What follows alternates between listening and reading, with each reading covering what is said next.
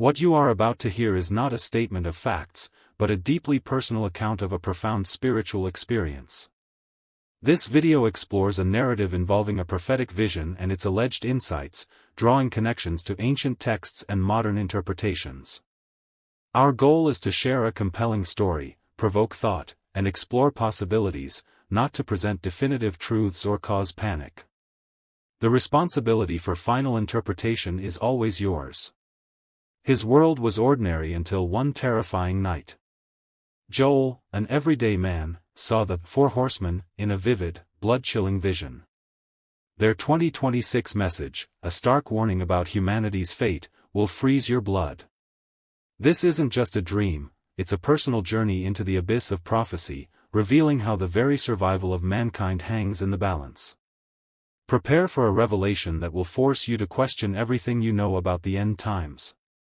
The destiny of humanity is at stake, and the horsemen have spoken. My name is Joel. I live a quiet, unremarkable life in a suburb of Denver, Colorado.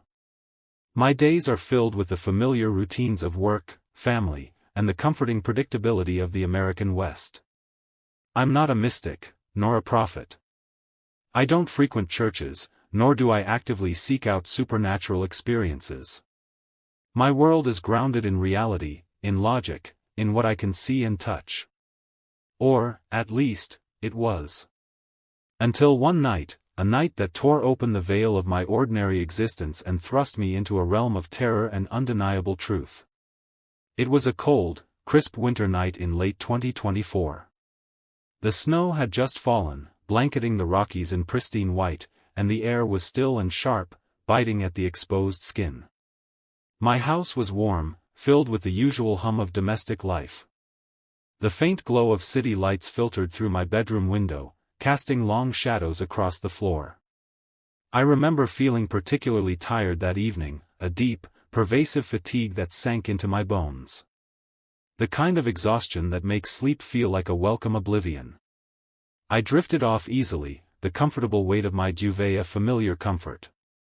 My mind, usually buzzing with the day's tasks, quieted swiftly. There were no immediate worries, no lingering anxieties. It was just an ordinary Tuesday night, like so many before it, easing into the tranquil darkness of deep sleep. Or so I thought. But as my consciousness began its descent, something shifted. The darkness didn't feel empty, it felt expectant. The silence wasn't absolute, it held a faint, almost imperceptible hum, a low vibration that seemed to resonate just at the edge of hearing, settling deep within my chest. I felt a subtle coldness, despite the warmth of my bed, a creeping chill that began to spread through my limbs, raising goosebumps on my skin. It wasn't the cold of the room, it was a cold that seeped from within, a premonition. The ordinary boundaries of sleep began to blur. It wasn't a typical dream, the kind filled with nonsensical scenarios or replayed anxieties. This was different. This felt real. Hyper-real. As if my mind, unmoored from waking constraints, was being pulled into another dimension, an astral plane where the rules of reality twisted and warped. The subtle hum intensified, vibrating through my entire being, and a profound sense of unease, a primal fear, began to coil in my stomach. I realized, with a growing dread, that I was no longer merely dreaming. I was entering something far more profound, something truly terrifying. And I had no control. The darkness around me deepened, then fractured, like a shattered mirror. I wasn't in my bed anymore. I was standing. But where? The air was heavy, thick with the scent of ash and something metallic, like stale blood. A chilling wind, not of this world, whipped around me, carrying with it the mournful cries that seemed to come from everywhere and nowhere. My heart hammered against my ribs, a frantic drum in the oppressive silence. Fear, raw and paralyzing, seized me. The landscape was bleak, desolate, stretching to a horizon cloaked in a perpetual, blood-red twilight. The ground beneath my feet was cracked and parched, vast fissures snaking across it like grotesque veins. Twisted, skeletal trees, stripped bare of life, clawed at the crimson sky. There were no sounds of life, no birds, no distant traffic, just the ceaseless, mournful wail of the wind and the unsettling crackle of unseen embers. This was not a place I recognized, yet it felt strangely, terrifyingly familiar, as if plucked from the darkest corners of humanity's collective nightmares. I looked down at my hands. They were translucent, shimmering faintly, as if I were a ghost within this desolate realm. I tried to move, to call out, but my body felt insubstantial, my voice trapped in a throat that had no form. I was an observer, a silent, helpless witness trapped in a landscape of unimaginable suffering. A profound sense of loss, a universal grief, washed over me, a feeling so immense it threatened to consume my very essence. This wasn't just a vision, it was a sensory overload of despair, designed to break the spirit. In the distance, an ominous, low-frequency hum began to resonate. It wasn't a sound, it was a vibration that shook the very ground, a deep, resonant thrum that permeated my bones, making my teeth ache. It grew steadily, rhythmically, signaling an approaching presence. The ground beneath me seemed to pulse with it, a terrifying heartbeat in a dying world. The red light in the sky intensified, casting long, grotesque shadows that danced and writhed, as if the very air was alive with unseen entities. My mind, usually so rational, struggled to comprehend. This was beyond explanation, beyond logic. The fear was no longer paralyzing, it was a cold, rational dread, a deep understanding that I was witnessing something profoundly significant, something that transcended the boundaries of ordinary existence. The air grew heavier, thick with an unseen pressure, and the mournful cries around me intensified, blending with the growing hum. I knew, with an absolute, terrifying certainty, that I was not alone. And what was coming, I instinctively understood, would shatter my perception of reality forever. My blood ran cold, a chilling premonition of the terror about to unfold. The air crackled. The ground vibrated with the intensifying hum, and from the blood-red horizon, a chilling silhouette emerged, growing larger with each terrifying beat of my ethereal heart. It was a rider. The first. Conquest. He rode a white horse, its coat gleaming with an unnatural, almost blinding purity against the desolate landscape. The horse's hooves struck the parched earth with a silent, thunderous impact, sending tremors through my insubstantial form. The rider was cloaked, his face obscured by a deep hood, yet I felt his presence, cold and calculating. In his hand, he held not a sword, but a bow, its string taut, but no arrow was nocked. And upon his head, a crown, simple yet regal, seemed to glow with a deceptive light. As he drew closer, the angel from my previous NDE experiences, or perhaps a similar guiding presence, infused my mind with understanding. This was the spirit of deception, of false victory, of a peace that masked profound subjugation. He didn't come to conquer by brute force, but by persuasion, by convincing humanity to willingly surrender its freedoms in exchange for perceived order and security. His bow without arrows symbolized a war waged not with physical weapons, but with lies, with manufactured consent. The surrounding landscape twisted. Where his horse's hooves touched the cracked earth, fleeting, illusory structures of gleaming cities appeared, filled with people with vacant smiles, consumed by digital screens. I saw masses eagerly accepting restrictions on their liberties, applauding charismatic leaders who promised solutions but delivered control.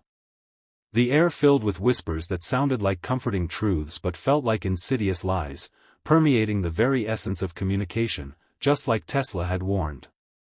It was a vision of humanity willingly walking into a gilded cage, believing it was freedom. The angel conveyed an urgent, desperate message about 2026. This would be the year the veil of deception would become almost unbreakable.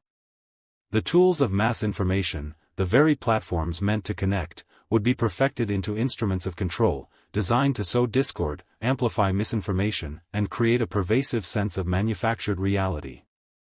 The first horseman's ride would culminate in a global consensus built on falsehoods, a world where truth was not denied, but simply made irrelevant by an overwhelming tide of comforting illusions. My spirit recoiled, witnessing humanity's willing enslavement, their faces serene in their self-imposed blindness. The message hit me with terrifying clarity: the conquest wasn't coming, it was already subtly underway. As the first rider, Conquest, faded into the crimson haze, the ground beneath me shuddered with a new, terrifying vibration. The oppressive hum intensified, and a second silhouette emerged from the swirling mists, its presence radiating pure, unadulterated rage. This was the second horseman, War.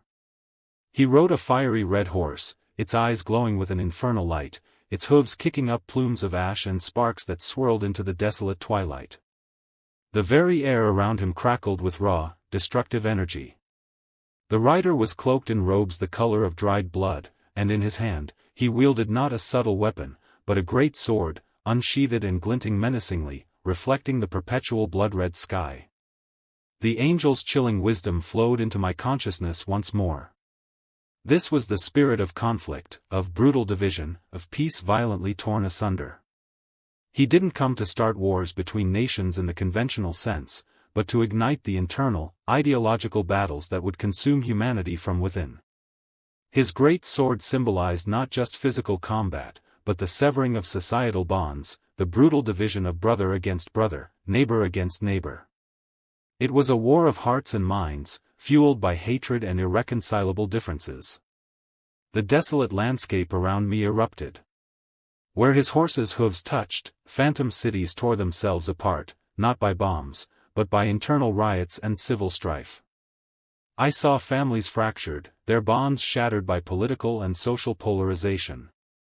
The air filled with the cacophony of shouting, of accusations, of cries of injustice from all sides, each group convinced of its own righteousness, each willing to destroy the other. The subtle, poisoned words of the first horseman had now ignited the overt fires of division, turning society against itself. The angel conveyed an urgent, desperate message about 2026, this would be the year the internal divisions would become irreparable. The subtle ideological rifts would become gaping chasms, fueled by the very technology that promised connection. Social media would transform into battlegrounds, news media into propaganda machines, and the concept of shared humanity would vanish under the weight of tribal hatred. The second horseman's ride would culminate in a world consumed by internal conflict, a self-inflicted wound that would bleed humanity dry. My spirit recoiled, witnessing the raw, unbridled hatred, the terrifying descent into chaos. The message pierced my soul with agonizing clarity: the war wasn't coming, it was already being waged in the hearts of men. As the fiery Red Rider, War, vanished into the swirling ashes, a profound and agonizing emptiness began to spread through the desolate landscape. The oppressive hum, though still present, now carried a new, gut-wrenching vibration, a resonance of hollowness and want. A third figure emerged from the crimson haze, its presence radiating not just dread, but a chilling sense of profound absence. This was the third horseman, Famine. He rode a pitch-black horse, its form indistinct against the twilight, its hooves falling with a soft, almost mournful thud upon the cracked earth.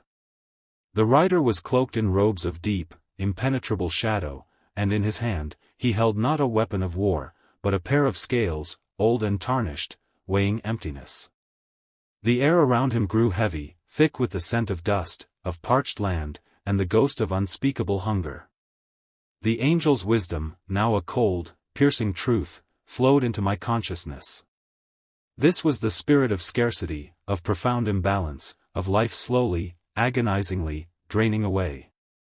He didn't come to bring immediate starvation, but to systematically dismantle the delicate balance of resources, to disrupt the very sustenance of life. His scale symbolized not just the weighing of grain, but the meticulous, calculated division of what little remained, where the few would feast, and the many would starve. It was a vision of controlled deprivation, a silent, insidious culling. The desolate landscape around me twisted further, revealing images of once fertile fields turned into parched dust bowls, of once mighty rivers reduced to dry, cracked beds. I saw vast agricultural lands lie fallow, their bounties vanished, while in other regions, harvests rotted due to logistical failures and deliberate waste. The cries of hunger were not loud, they were the weak, desperate moans of populations slowly succumbing to a relentless, systemic deprivation.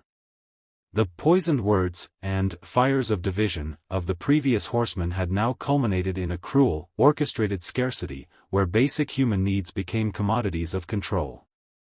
The angel conveyed an urgent, desperate message about 2026. This would be the year the mechanisms of engineered scarcity would become undeniable. Not just through environmental disasters, but through deliberate manipulation of supply chains, financial systems, and global food markets. Resources, once abundant, would become scarce, not by accident, but by design, used as tools of power and control. The third horseman's ride would culminate in a world where access to basic sustenance would be governed by a brutal, hidden hand, leading to widespread suffering and the slow, agonizing descent of populations into desperation. My spirit recoiled, witnessing the quiet suffering, the systematic unraveling of humanity's most fundamental needs. The message pierced my soul with agonizing clarity. The famine wasn't coming, it was already being engineered. As the somber black rider, Famine, dissolved into the encroaching shadows, the very fabric of the desolate landscape seemed to tear. The oppressive hum reached a deafening crescendo, vibrating through my very essence, and from the deepest, darkest void of the horizon, a final, horrifying silhouette emerged. Its presence was not merely chilling, it was the ultimate, inescapable terror. This was the fourth, and final, horseman, Death. He rode a pale horse, its form sickly and spectral, its eyes hollow abysses that seemed to peer directly into my soul. The horse moved with a silent, yet utterly inevitable tread, leaving no hoofprints on the desolate earth, as if it floated above all earthly concerns. The rider was cloaked in robes of tattered gray, revealing glimpses of bone beneath, and in his hand, he wielded not a weapon of war or a tool of scarcity, but a scythe, its blade ancient and gleaming with a cold, relentless purpose, ready for its grim harvest. The angel's final, most agonizing truth flowed into my consciousness, overwhelming my very being. This was the spirit of annihilation, of pervasive decay, of life utterly extinguished. He came not to inflict a specific plague or a single battle, but to gather the souls shattered by conquest, consumed by war, and withered by famine. His scythe symbolized the end of all things, the finality, the grim conclusion to humanity's self-inflicted wounds.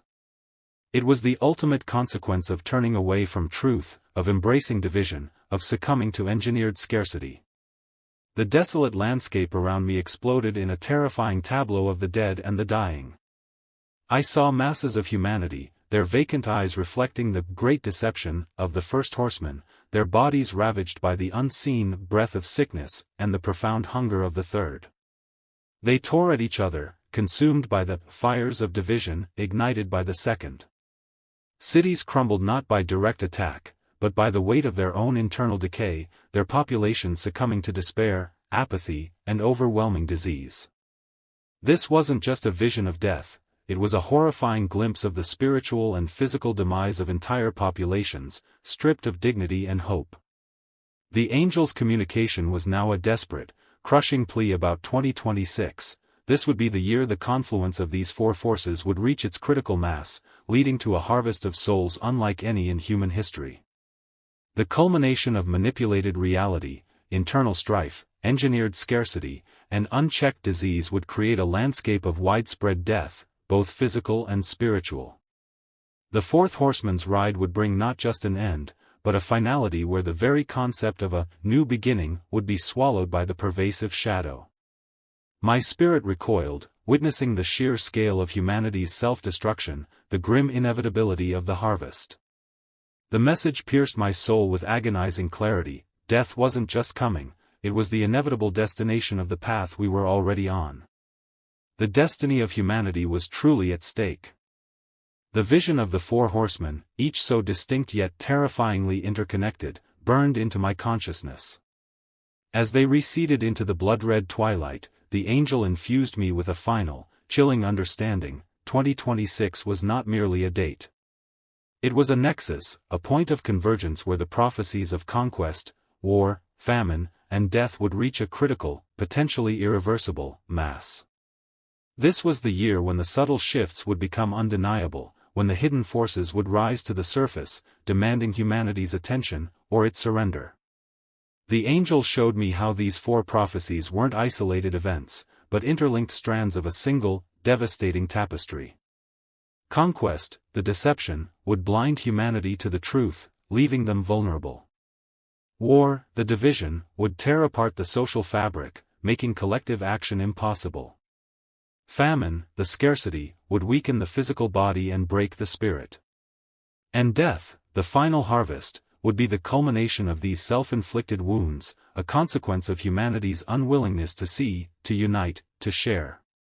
The very essence of humanity was being systematically dismantled, piece by terrifying piece. The scale of this convergence was what truly froze my blood.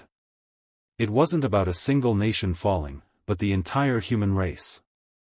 The angel communicated that the pulses and frequencies Tesla had warned about were connected to the horseman's ride, an unseen energy manipulating the very fabric of perception and reality, amplifying the destructive tendencies inherent in humanity.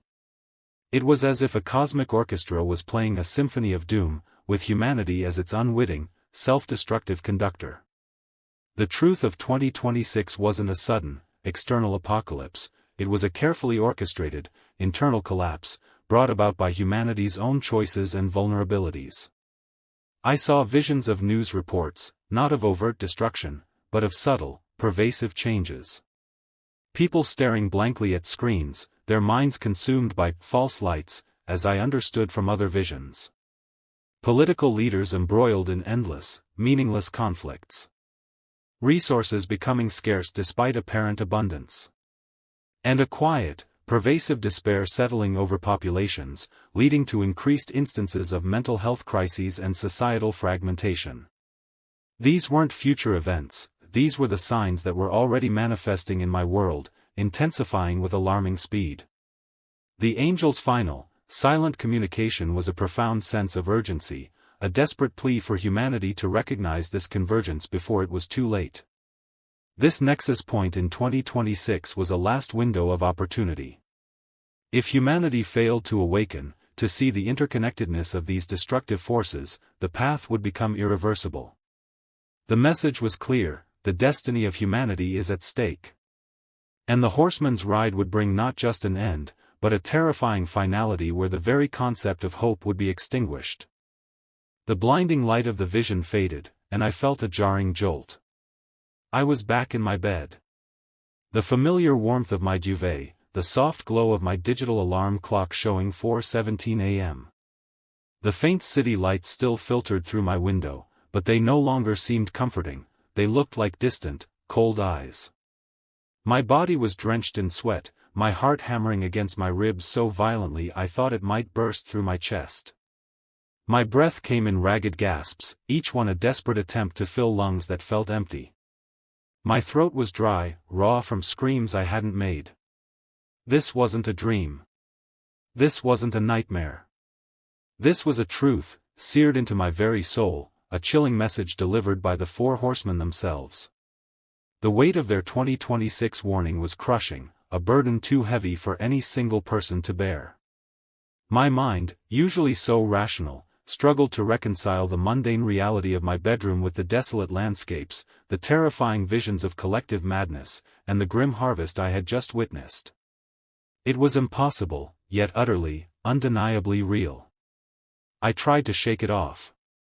I got out of bed, my legs trembling, and walked to the window. The serene blanket of snow outside, the quiet suburban streets of Denver, seemed like a cruel mockery of the desolation I had just experienced. The world was still sleeping, oblivious to the terrifying reality that was steadily unfolding beneath its surface. The message of the angel, the horseman's dire warning, pressed down on me, a heavy, silent burden. The destiny of humanity is at stake. How could I warn them? How could I make them see what I had seen? My first attempts were clumsy, desperate. I tried talking to my wife, Sarah. Her eyes, filled with concern, looked at me with a mix of fear and pity. "Joel, darling, you must have had a terrible nightmare.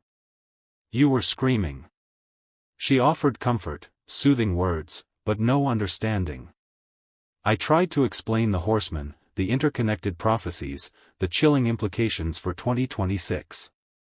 She listened patiently, but her gentle suggestions of seeing a doctor, of getting some rest, only amplified my frustration. My voice, strained with urgency, sounded, even to my own ears, like the ravings of a man unhinged. I felt the growing isolation. How do you explain a cosmic vision of the end times to a world that relies on scientific proof and verifiable facts? The great deception from other prophecies felt terrifyingly real as I faced a wall of polite skepticism. My colleagues at work noticed my increasing distraction, my haunted eyes. My focus wavered. I found myself obsessively researching current events, seeing the prophecies reflected in every news headline: political polarization, extreme weather events, the rise of AI, the erosion of social trust. It was all there, just as the horseman had shown. The clock was ticking. 2026 was drawing closer, and I was just one voice against a cacophony of distractions and disbelief. The urgency became a physical ache, a constant pressure in my chest. I knew I couldn't remain silent, even if it meant risking everything: my reputation, my sanity, my very place in the world. The destiny of humanity, I was convinced, hung on whether someone, anyone, would listen to a warning delivered from the very edge of reality. The weight of the horseman's warning became an unbearable burden, one I could no longer carry in silence. With 2026 rapidly approaching, I felt an overwhelming imperative to share my story, not just as a personal account, but as a dire prophecy for humanity. My initial attempts at cautious revelation had failed. Now, I had to be bolder, clearer, louder. The world needed to hear this, even if it meant risking my own credibility, or worse, my very sanity in the eyes of others. I decided to go public in a way that couldn't be easily dismissed. Leveraging my modest online presence, I began creating short, poignant videos, sharing fragments of my vision, the feeling of the horsemen's presence, and the horrifying truths they imparted. I spoke of conquest's deception, of war's insidious divisions, of famine's engineered scarcity, and of death's final, chilling harvest. My voice, though earnest, initially trembled, but with each video, it grew firmer with conviction, each word a desperate plea for awareness. The initial response was a mixed bag of disbelief, fascination, and outright mockery. Some commenters dismissed me as mentally unstable, others as a charlatan seeking attention. But a surprising number of people, those who already felt a quiet unease about the direction of the world, began to resonate with my message. They shared their own fears, their own observations of society's unraveling, their own concerns about the erosion of truth. The comments section became a microcosm of the very fracture I was describing, a battleground for belief and skepticism. I vividly remembered the angels, or the guiding presence in my visions, final, unspoken message: the destiny of humanity is at stake. This became my mantra. I began to emphasize the urgency of re-evaluating our priorities, of seeking genuine connection, of finding truth amidst the noise. I argued that the prophecy wasn't a punishment, but a direct consequence of humanity's choices, a warning that the path we were on led not to a glorious new beginning, but to a terrifying culmination of self-inflicted wounds. My days became consumed by this mission, driven by a tireless energy that defied my physical exhaustion. As spring of 2025 approached, the mainstream media, initially dismissive, began to take notice. Not of the prophecy itself, perhaps, but of the growing online traction of my controversial claims. Small online news outlets picked up my story. Interview requests started to trickle in, some from skeptical journalists, others from more open-minded spiritual platforms. I knew this was my chance. I was stepping onto a bigger stage, facing a larger audience, and with it, the amplified risk of ridicule and rejection. But the horseman's warning, the sheer weight of what I had witnessed, left me no choice. I had to speak, even if my voice was just a tiny echo against the approaching storm of 2026. And then, 2026 arrived. Not with a bang, not with a sudden cataclysm, but with a chilling, almost imperceptible shift in the fabric of reality itself. My story, once confined to niche online circles, had gained significant traction. Major news networks in the United States, initially dismissive, found themselves unable to ignore the public fascination, inviting me onto their shows, albeit often with a skeptical tone. I spoke with a clarity I never knew I possessed, recounting my terrifying vision, the horseman's message, and the chilling signs that were now undeniable. The horseman of conquest, the spirit of deception, manifested in a palpable atmosphere of manufactured consent. In cities across America, from the bustling streets of New York City to the sprawling tech hubs of California, populations were subtly guided by narratives that promised order but delivered control. Disinformation campaigns, fueled by advanced AI, became indistinguishable from genuine news, warping public perception. Humanity, willingly blind, traded liberty for perceived security, just as the White Horse had foretold. The horseman of war, the spirit of division, intensified the internal strife. Political polarization reached fever pitch, tearing communities apart. Social media became a constant battleground, with each side consumed by righteous anger, unable to find common ground. Family bonds fractured under the weight of ideological differences, and the very concept of shared national identity began to erode. The great sword of war sliced through the fabric of society, leaving behind a landscape of irreconcilable hatred, fulfilling the Red Horse's grim promise. The horseman of famine, the spirit of engineered scarcity, made its presence felt in a world of growing want amidst plenty. Global supply chains experienced inexplicable disruptions. Economic systems, fragile from years of unchecked consumption, showed signs of systemic failure, threatening widespread destitution. Unusual weather patterns, fueled by the accelerating climate crisis, led to unprecedented crop failures in once fertile regions of the Midwest, and water shortages plagued vast areas of the Southwest. The Black Horse's scales balanced hunger against manufactured control, forcing desperate choices upon populations. And the horseman of death, the final reaper, hovered ominously. While not a singular event of mass casualty, the combined effects of deception, division, and scarcity began to manifest as a pervasive spiritual and psychological decay. Mental health crises surged to epidemic levels. A deep, existential despair settled upon populations, leading to increased instances of self-destruction and a chilling indifference to the suffering of others. The Pale Horse's grim harvest wasn't just physical, it was a harvest of hope, of purpose, of the very soul of humanity, fulfilling the horseman's ultimate prophecy. As mid-2026 approached, the convergence of these four forces was undeniable. The vision I had seen, once dismissed as a nightmare, was now our chilling reality. The destiny of humanity, I knew with every fiber of my being, hung by a thread, just as the horseman had warned. The terrifying reality of 2026 is no longer a distant prophecy from a vision. It is the very fabric of our present, intensifying with each passing moment. My encounter with the Four Horsemen, the profound, undeniable truth they imparted, now serves not just as a personal revelation, but as a desperate, urgent warning to humanity. It's a call to awaken before the final consequences of their ride become absolute. The signs are undeniable.